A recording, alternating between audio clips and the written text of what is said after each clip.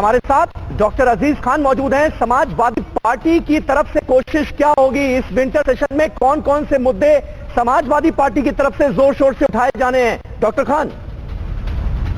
देखिए सर, दो तीन बातें मैं सुन रहा था जी। साहब, बीजेपी जो है वो सत्र बहुत बेहतरीन चलाना चाहती है, लेकिन विपक्ष जो है उसका अड़ियल रवैया होता है और वो चलने नहीं दे रहा है सत्र को।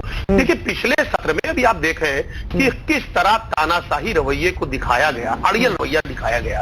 आप देखिए कि बीजेपी के पास चूंकि बहुमत है और जनता ने बहुमत दिया था लोकहित में फैसले लेने के लिए, इसलिए नहीं दिया था कि ताकि आप एक अड़ियल रवैया अख्तियार करें और जनता के हित में जो फैसले हो उससे आप नकारें। एक बात। अभी आप देखिए, वातावरण कब खराब होता है?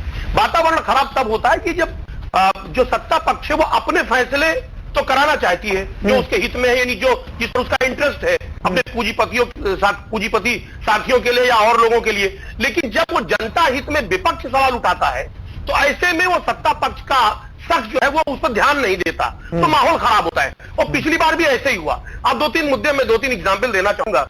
एक, हम जनवरी जो 21 में जो सर्वदलीय बैठक हुआ था, माननीय मोदी जी ने कहा था कि किसानों से हम एक फोन कॉल की दूरी पर हैं। आप अंदाजा लगाएं, 12 महीने उनको बैठे हुए हो गया।